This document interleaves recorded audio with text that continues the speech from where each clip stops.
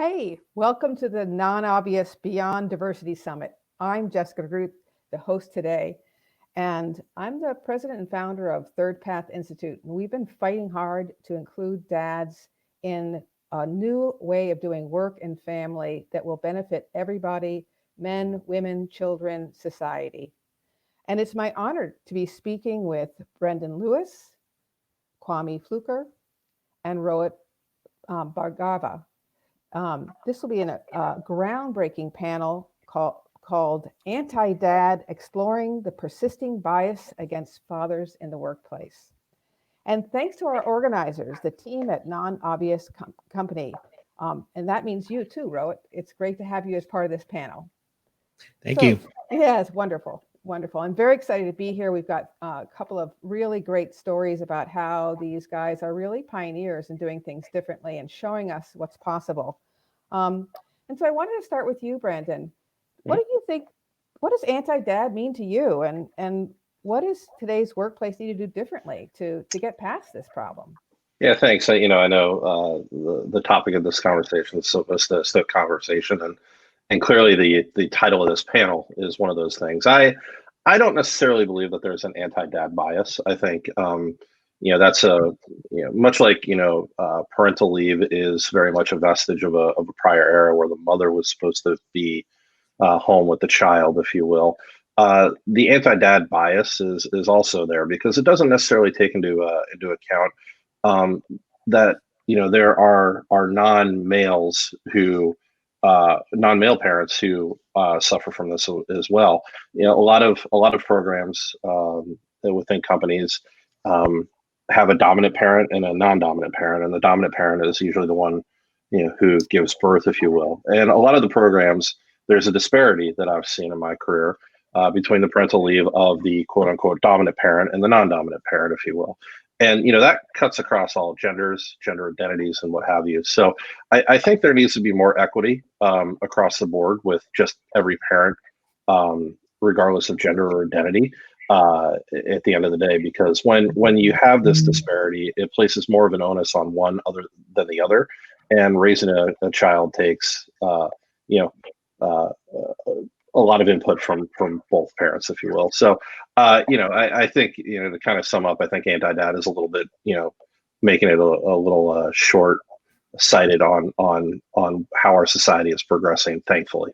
Yeah, no, absolutely. You're raising a really great issue that, we're really trying to get past some very limiting boxes around how we think about this. But, clearly what we can see is there's been a long history, and we can see it in the pandemic, about how these issues have played out around gender. Some scary numbers around how women have ended up not being able to stay in the workplace as the pandemic has become a continued problem in our country. I'm a strong believer, just like what you're saying, Brandon, that to think about the wellness of children, we need more of a ongoing support from more than one person. So single parents bringing in extra help, two parents working together. I'm with you 100%. That's something that ThirdPath's been working a long time at. How have you been figuring this out in your own family system to kind of address those issues and think in a bigger way? I think there are positives and negatives that come out of every situation. Let me start with the positives a little bit more. We live in Westchester County, New York. We were kind of 2 towns south of us was ground zero for the pandemic hitting the New York area. And my wife and I, we both work. She works in Brooklyn in the before days, as we refer to it. I worked in Soho and Manhattan, and so we spent a lot of time every day commuting to and from our job. And the one positive is that we're actually getting to spend more time with our children, which could obviously have its positives and its negatives on its own. But at the end of the day, we're able to, we have a 15-year-old and we have a 3-year-old, and we're able to see our 3-year-old grow up a little bit more than we normally would if we weren't spending 3 hours a day commuting to and from New York. And with our 15-year-old, we have more time helping them kind of navigate what it's like to be a teenager, especially in this time of remote learning and everything like that. Certainly teenagers aren't necessarily as equipped Developmentally, they need a lot more social interaction. Um, but on the other side, it's been really tough. Obviously, when you spend a lot of time, we've been holed up in our house for a year now almost. When you spend a lot of time with the same people, it can get very repetitive, and there are doldrums. So we're trying our best to keep the mood light. We're trying our best to stoke more conversations at the dinner table that have nothing to do about what our day is, getting to know each other a little bit better. And we're also very fortunate in the fact that we have an au pair that lives with us. So the childcare during the day is great. And I think this also, my wife and I talk a lot about this, is it's more of a failure of the overall system when it comes to parenting, because you don't need to look at too many stats to realize that the United States lags far behind in programs that help parents from pre-birth all the way through to childcare. And that's a real failure of government at the end of the day. And what you're seeing is that a lot of companies are having to step up and really kind of fill a gap. So you're seeing a lot of these startup, more progressive companies have more equitable parental leave policies, or more understanding of, I got to take time off during the day, make your own hours, things like that, which is essentially filling, I think, a support gap that really should come from much higher. But at the end of the day, we're lucky because we can afford outside help. Also, the companies that are offering these more progressive policies, that's leaving behind a huge segment of the population who really needs it. People who are, less wealthy, if you will, or can't Right. get into these marquee companies for jobs, or disproportionate amounts of underrepresented populations. So Right. to have a conversation, also, I think you need to bring in the public policy aspect. We need to be better as a nation in really supporting parents overall. Yeah, absolutely. And what we won't have time to talk about is it goes beyond parenting, because there's a whole happening that around the other end of the spectrum, around elder care and taking care of our families as they age too. Kwame, that's is a great time for you to jump in. I mean, here your whole organization is one of those organizations that had to go through major change as we went through the pandemic. And one of the things I was talking about a little bit earlier was, what did it look like for fathers as they were managing the pandemic? What did you see them do that was pretty smart? And can you tell us a little bit about your story too when you get a chance? Sure, sure. Thanks, and happy to be a part of the panel here this morning. I would just say a complete pivot. The fact that and a big emphasis on empathy as well. One of the stories I told you earlier was one of my colleagues. Right when the pandemic hit off, they're doing virtual learning with his kids. His wife is works as well, had to go in as well. And the fact that my colleague put on his out of office, like between 10 a.m. and 11:15, I'm unavailable as I'm doing homeschooling. And I just thought that was very important for not only him to do that, but for others to see that and they can mimic that. And okay, it's okay to model that activity as well. His leader was empathetic to it, certainly encouraged it. And that's really important. I think that, companies must step up, must be empathetic. The leaders, the individual employee that that person reports to, must be that company and be empathetic and having the nerve to help them, during this transition.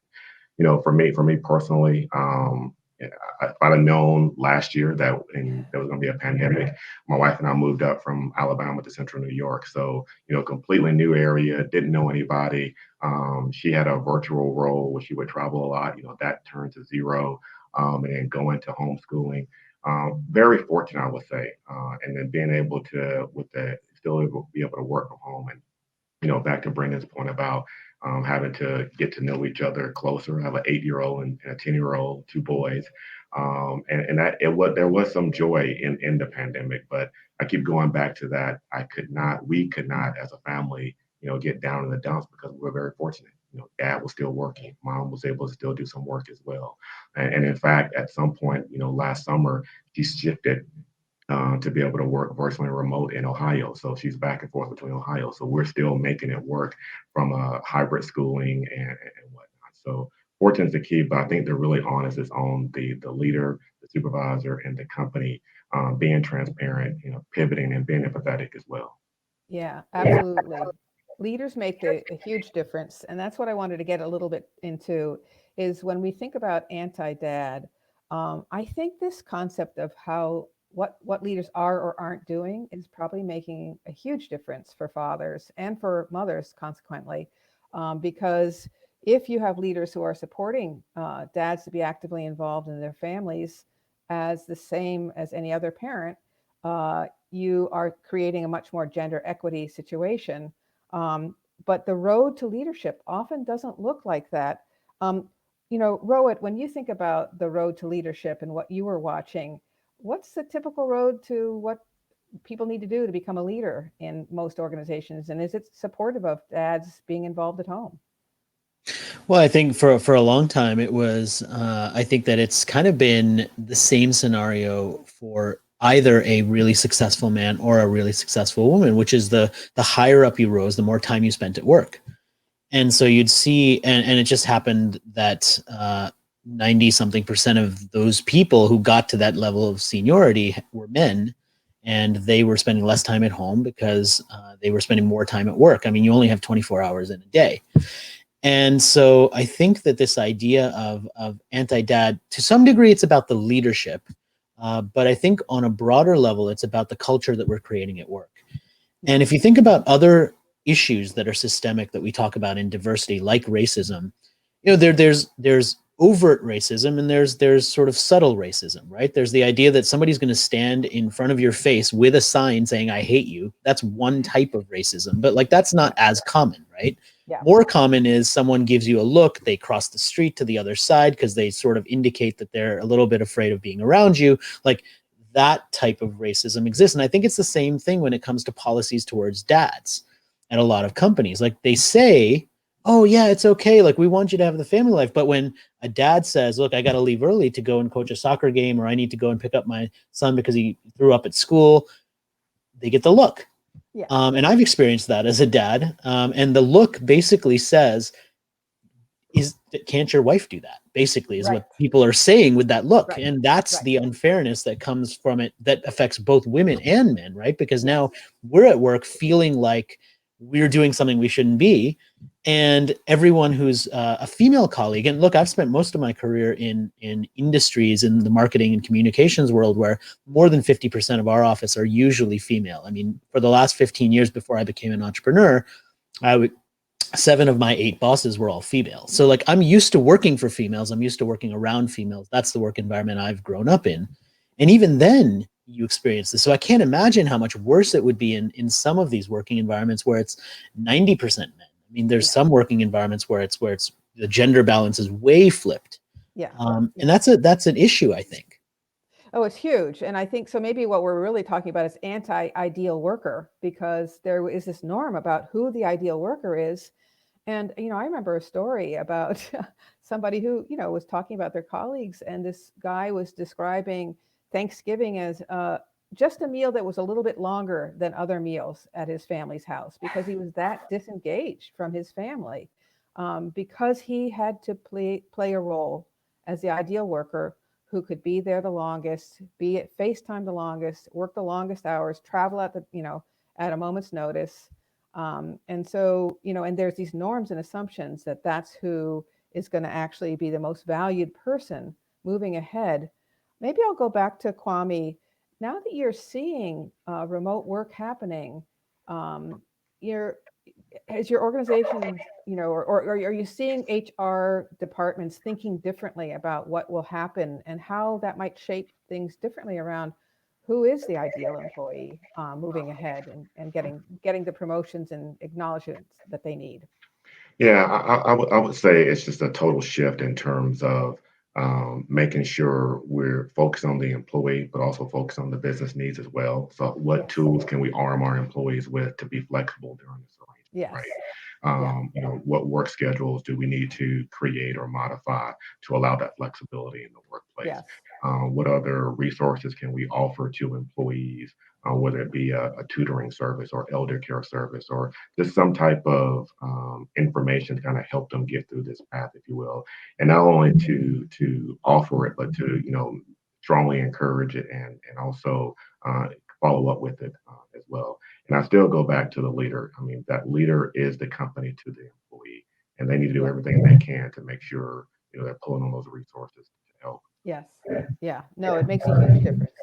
Well, and because to me, when we think about launching into this, there's the life, not just before pandemic, but life before you become a dad, and then you become a dad. What are some things that companies can do, starting with you, Kwame, that will really support that new dad? Because there's lots of evidence that when you get dads involved right from the start, not only is it great for the dad and for the kids, it's great for the mom too. Any thoughts about how we can support promote a more actively involved dads right from the start? Sure. I'll tell a personal story from me, and I think it always starts with accountability.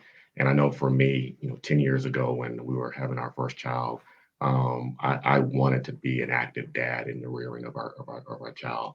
I used to tell people, the only thing that I'm going to need from my wife is her breast milk.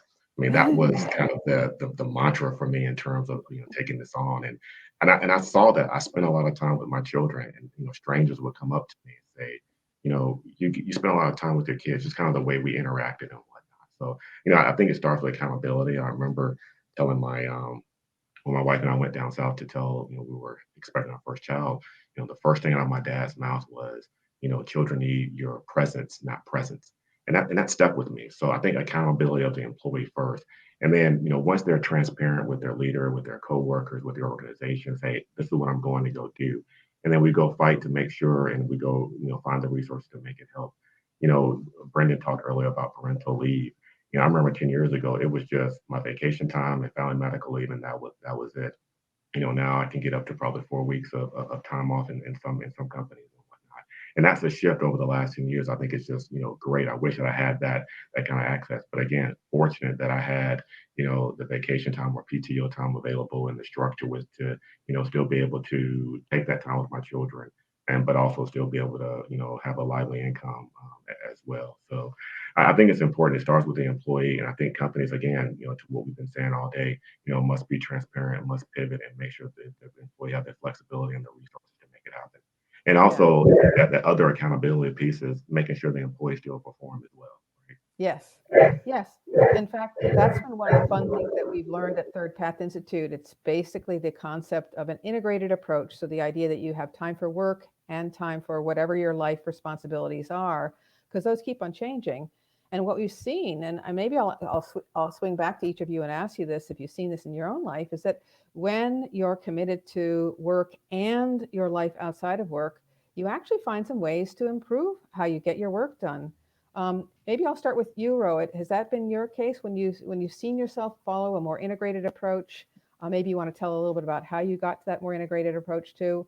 Did you see that it actually helped you with your work and how you were approaching your work? And then we'll check in with Brendan and then Kwame.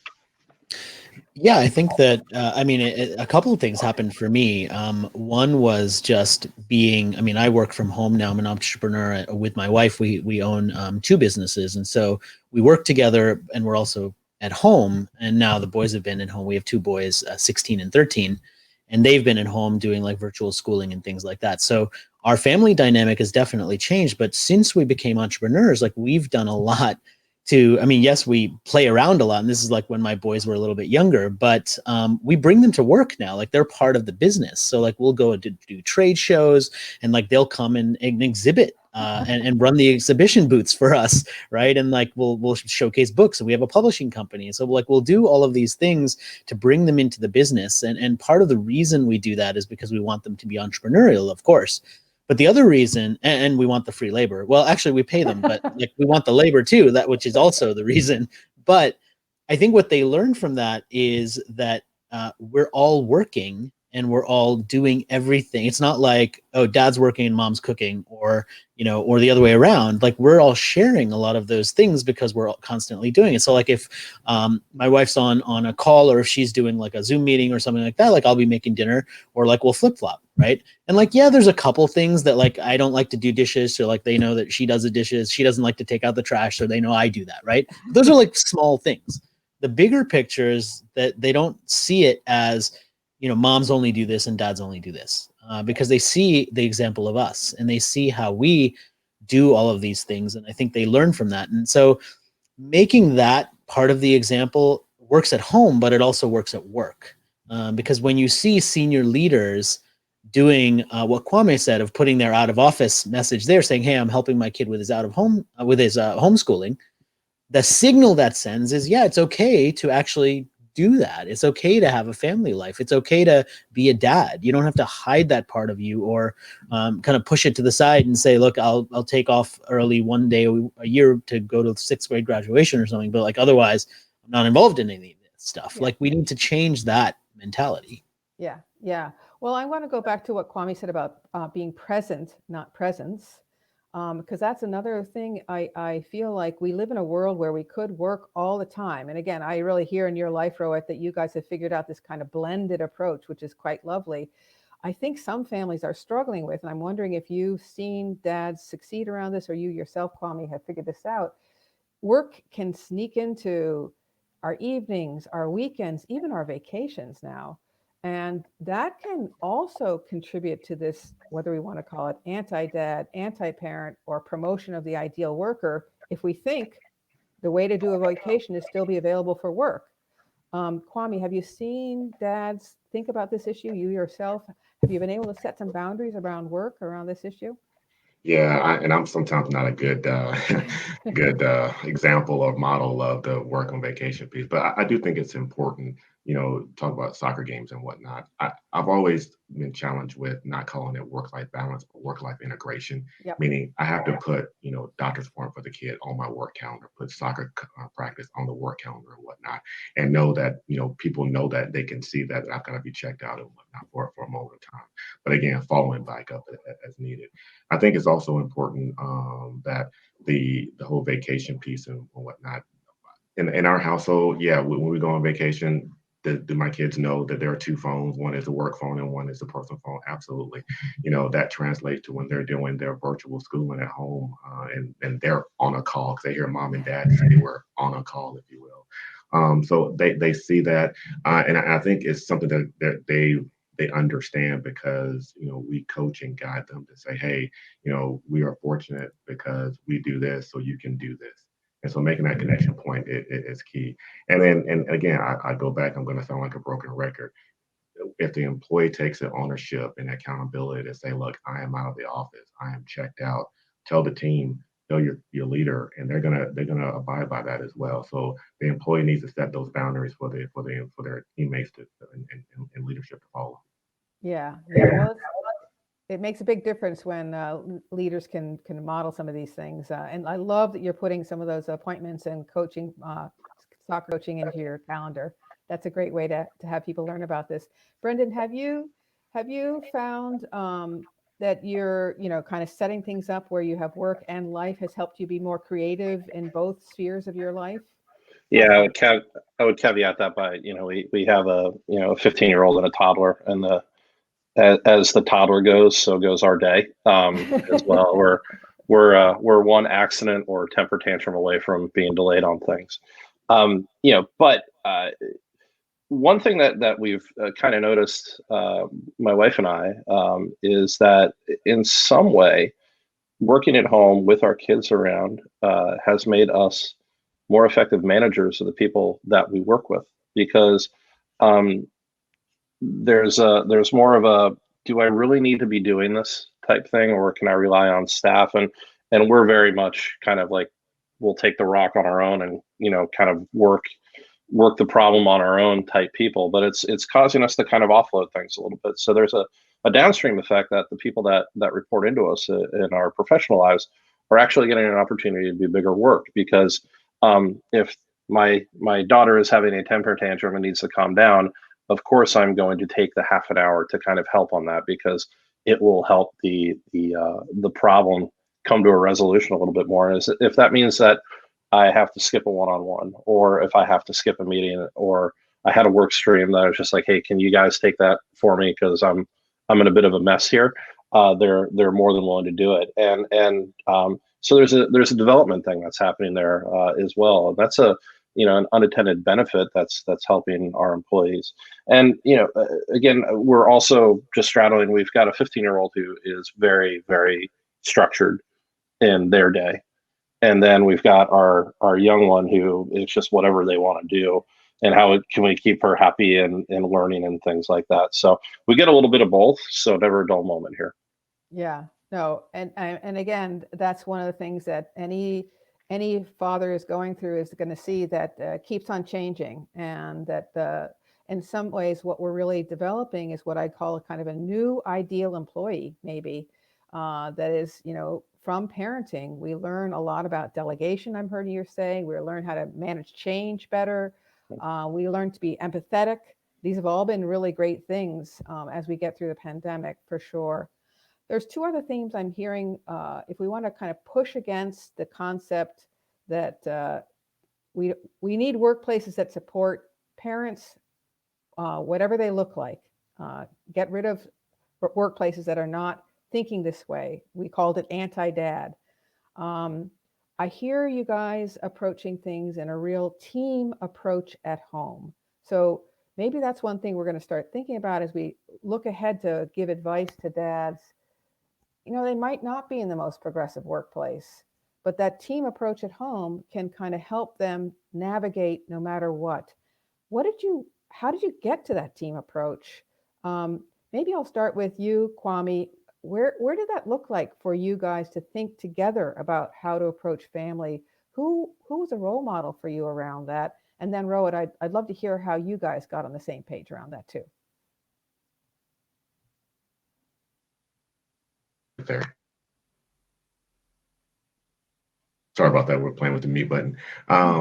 Yeah, the role model piece. I always go back to my parents. Fortunate, grew up with both of my parents and who went to work every day. So that's what I saw. I'd get up and go to work every day. But my wife and I, we were married for almost 10 years before we had our first child. And so I think that kind of, and both, dual careers and whatnot. So we both appreciated the importance of our career, in our lives and whatnot. And then the ability for us to just outright kind of work together on what needed to be done with our child. So whether she has to travel or I have to travel or a big conference and whatnot, it was a big teamwork. It was never in our household a race to your role is more important than my role. We respect each other. We check our egos at the door and we go, hey, how can we go get it done, right? And to make it seamless to our child, as well. I will say also too, the benefits of a village and rearing our children is the utmost important. And again, I go back, I'm humble and very fortunate to be able to say, during those core years, the ability to have my parents to be 1.5 miles away, or my sister-in-law 20 minutes away and whatnot, or a caregiver that would come in there every day was very important in how we kind of were able to make it a success. But I go back to, the parents having to want that accountability on the parents to make sure that they work together, and not stepping on one's shoes for an issue and whatnot, and just respecting it both ways. And what do you think your wife has done that helped promote you to be the dad that if we want to think about the opposite of anti-dad, there's something that moms are doing or the other parent is doing. If you're in a two-dad family, what is the other parent doing that's supporting you? What's an example of how your wife really encouraged you to be the dad that you wanted to be? I think just outright letting me do, what I want to do from a standpoint of, here's my idea. What do you think? I go back to the story of the first, my son was born in September, so 8 weeks, he goes back to work. And so I take a week off around Thanksgiving. And I'm like, okay. And she said, are you sure you got him? I'm like, yes, I got it. Go to work. Don't call me. It's fine. So she'd call home and check on me and the kid would be crying. Said, well, he's normally, I'm trying to burp him or something or whatever. Everything is okay. So I think, I think my wife and I are just very, we're connected to that in that space in terms of we keep each other's space as needed. So there's that big message there of mom, step back, give dad some space to be a Right. parent. And Right. that's a big message we can really pass on to the people listening in today, is that that really helps make a change in attitudes. Brendan, I see you shaking your head. Does that play out in your household? Yeah, absolutely. Everything that we do is partnership based, and I think that if you got a strong foundation and you're a true partner to your spouse, then parenting is just another manifestation of that, and it's it can be as little as like, hey, I'll take the kid for a little while, to my wife and I every day we look at our calendars and figure out who's done first, so that we can take our youngest and then figure out like what dinner is. And that's just like those physical manifestations of the partnership.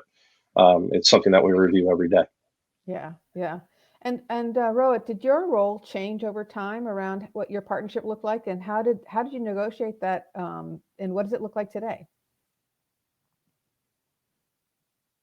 Last year, because it changed a lot, because over the last year, I have not been traveling as much as I usually would. And before that, I was going and traveling and speaking at events. And so, I mean, it's one thing to have a partnership when you're there, which I think we have a great one. But when you're not even there, it's like you got to sort of balance it out. And one person's got to do a lot more when you're not there.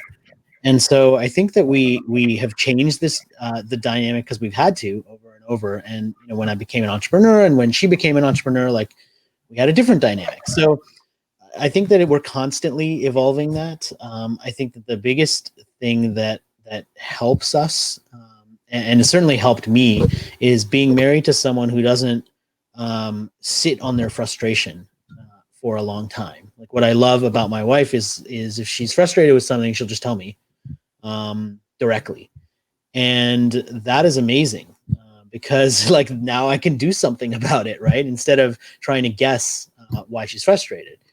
And that's a really important part of communications that I think sometimes breaks down either on one side or the other, where you sort of assume somebody knows what you're thinking about, or assume somebody knows why you're angry, instead of just telling them. Yeah. And that, I think, is a big part of communication that we could learn everywhere. I mean, work, life, like anywhere. I think that's important.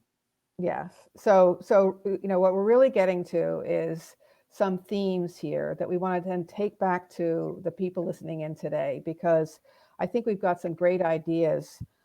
This conference is dedicated to going beyond just a conversation and providing some really actionable advice, so that the audience can create a more inclusive world. I mean, that's what we're after.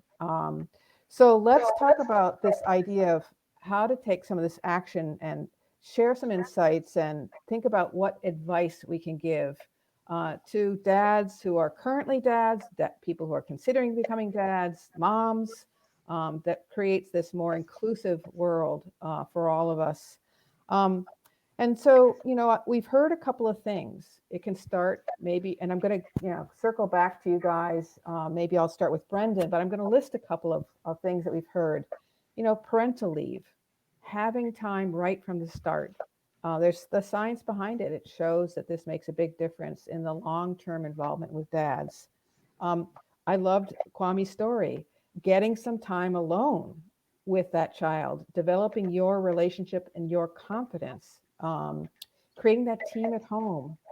Brendan, what are some other things, or are those some of the ones that you would really say are actionable items that dads could do right now, or people considering to become parents could do? Yeah, I think those are actionable. And the question of leadership too, as you get more senior in your jobs, if you work in a company, certainly, I almost feel like it's a responsibility to try and push the HR department or the CXOs of the company to try and adopt a more equitable, parental leave policy, and also parental support.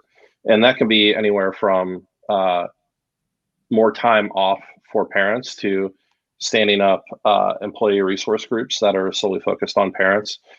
You're seeing a lot of, when startups go from, Series A to Series B over to Series C companies, that's when the older people start coming in. And, there's this younger group of people who just sit around and work all day, every day, try and get a company off the ground. But then as a company naturally matures, you get, more seasoned leaders that come in. And those are the people that usually with kids. And, that's where, the look can come in, as Rohit kind of said before. So I think pushing internally to have more equitable policies, especially in the absence, again, of larger U.S. policy is really huge. And, again, with your children, I think they're deliverables, and then they're deliverables. What can kind of wait while you want to spend some quality time with your kids? Because, kids pick up you looking at a phone for hours at a time a lot younger than you'd want. Devices are almost hardwired into their DNA now, and when they see you on a device, they know that they're not getting the full attention of their parent. And especially in those early years, it's really important to make sure that they know that they're loved, and that they take more precedence over a small black rectangle in a palm of a hand. Wonderful. Good advice. Really being present, again, is a theme that's coming up in leadership, and leaders continuing to model how they create some time for themselves around these other important life events. Wonderful. So, Kwame, what else would you add to the list that are actionable things that we can make a better workplace or a more support for dads? Yeah, again, I go back to the dad or the parent as well, just wanting to do it. I love Brendan's point about, those resource groups within companies that kind of help with the change within a company as well. One other thing I would say for parents or dads, pull on your resources. Whether it be your neighbor or your parent or uncle or a friend. I take advice from all kinds of parents. I got a good buddy of mine who was a dad before me, and when I would see him rearing his children, I would just kind of keep it in the back of my mind. I like what he's doing. I'm going to adopt that as well. So those elements are key. I think for the rearing, and also and making sure we're just transparent about it within your workplace. I mean, the more people talk about it and see it and model the way, that the companies will come along as well. Wonderful. Wonderful. And so, Rohit, when you think about what workplaces could do, when you've seen workplaces do it well or not do it well, what are some things that could be happening right now to make things better at the workplace or for dads? Well, I think one of the things is just looking for those double standards and saying, even in the small things, right? Like a lot of times what I've seen or witnessed is when the first business interaction happens and you're talking to a woman, you'll ask about her kids, but when you're talking to a man, like, you don't ask about his kids. And so immediately we're sort of defining ourselves based on not our professional expertise, and that's unfair to women, but it's also unfair to the dads, because like we like talking about our kids too. And we want the chance to be able to do that and have that be a part of our identity. And just like many moms who I've worked with, we don't want that to define us either. But I think that where we go too far in one direction with professional women and focus on their family life and their kids and not enough on their professional criteria, we go the opposite direction when it comes to dads. We focus too much on their professional criteria and not on the fact that they're humans and fathers and they have kids and that they like to spend time with their kids. And so those types of small changes need to go with the big changes, making sure that paternity leave is the same as maternity leave in terms of amount of time, so that we have enough time to bond with those kids when they are first born, which is such a formative time, as you said. So like there's those types of policy changes, but then there's also the culture changes. It's like, okay, we do our work, but like when you work in a culture where all of the bonding happens when you go out for drinks after work, and that becomes really tough when you're trying to be a good dad and go and spend time with your family. But now the expectation is you got to go out and have drinks for another 3 hours after you finish work. And that has still remained in many cultures, many business cultures. And that's a big problem. And so I think that, when we try and find that right balance, I think part of it is just being conscious of the language that we're using and the way that we're talking to dads and the way that we're making it acceptable for them to prioritize being a dad. Yeah. You've raised such important points. And again, thinking about dads right now wanting to imagine their future, what comes to my mind is just like it's important to create this teamwork at home where you both have kind of a common vision of where you want to go. A place that you can make change at the workplace is that team at work. and creating some norms within a team around what you were just talking about. How can we do work in a way where we have time for our lives, whether that's children, elder care, community involvement. Everybody's got work and something else, and nobody should be burdened by somebody else's big goals. But together as a team at work, maybe an actionable item is to start creating some team norms around what would it look like for us all to work together and be able to have time for our lives. There's some ways we've been doing that within our team at ThirdPath that I think have really been profound. And I bet the pandemic has helped everything become much more visible, that people have some other responsibilities. Maybe anybody have some thoughts about how to get a conversation like that going with the team and getting them to think about ways that we can support each other as teams that work around our bigger goals? Any thoughts about that one out there? Yeah, I mean, I can jump in and start on that. I think that again, it comes down to just starting with the honesty, right? Just have the conversation and say, look, this is really important. I get that the meeting's important. I get that the presentation's important, but it's also important for me to show up to this thing that I promised my kid I'd be at. Yeah. And having those conversations about priorities, and then making it okay for them to prioritize those things. That's a big deal. Yeah. Yeah. In fact, maybe the pandemic has been the other gift of the pandemic is it made it very transparent that we have lives outside of work. Mm-hmm. And maybe that's something we can all take forward after the pandemic, is not just having those conversations at home, but having those conversations with our team members and creating some space. Kwame, that's actually been one way we've helped each other really turn off work on vacation, is we've thought together about, hey, how can we do this where I can turn off work as much as possible on vacation, or fully turn off work on vacation, so that I can support you to do the same. And it's been really fun to see us get smarter about, even in this 24/7 world, we can start working together to help our goals. So Rohit, I'm going to get to the point where we wrap up. There might be one last thing. I'm going to give a last word to Kwame, advice to a dad, another last word to Brandon, and then I'm going to wrap it up. Kwame, any last words of advice to dads? Sorry, I was going to say, enjoy the ride. It goes very fast. Take a lot of pictures. Despite Brendan said about the phone in the hand, that sometimes can be a good thing. But yeah, enjoy the ride and just be present. That's all. Yeah, wonderful. It is a wonderful ride. It is work and a lot of joy. Wonderful. Brandon, any last words of advice? Don't be afraid to show off your kids while you're having Zoom meetings and calls. That puts literally a human face on the struggles that you're following. And when my daughter is outside that door screaming or running around, it's a part of my everyday existence. So I don't try and hide any of it, because people take sympathy after a while. And we can take those photographs back to our offices if we do end up back on site for some portion of the week going forward, so that we can really display that we're whole people and we bring lots to all of this. Rohit, any last words before I wrap it up? Yeah, just bring it all together, right? Like work, life, business. I mean, for us, we bring our kids into the work, we spend time with them, but we also show them what we do. And so like bringing these things together just leads to much more understanding. It's just a better way of doing it.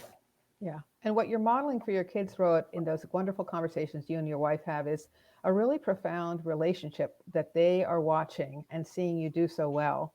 And so that's another way you're modeling the future to them about what's possible. So wonderful. You've been watching the Anti-Dad, Exploring the Persisting Bias Against Fathers in the Workplace. This has been part of the Non-Obvious Beyond Diversity Summit. Thank you for watching, and check out all the other topics. We're covering bringing together the voices from all different genders, genres, and geographies. For more fascinating conversations like this, visit nonobviousdiversity.com. Also, use the official hashtag nonobviousdiversity. Thanks for joining us. I'm Jessica DeGroot, and remember to always stay non-obvious.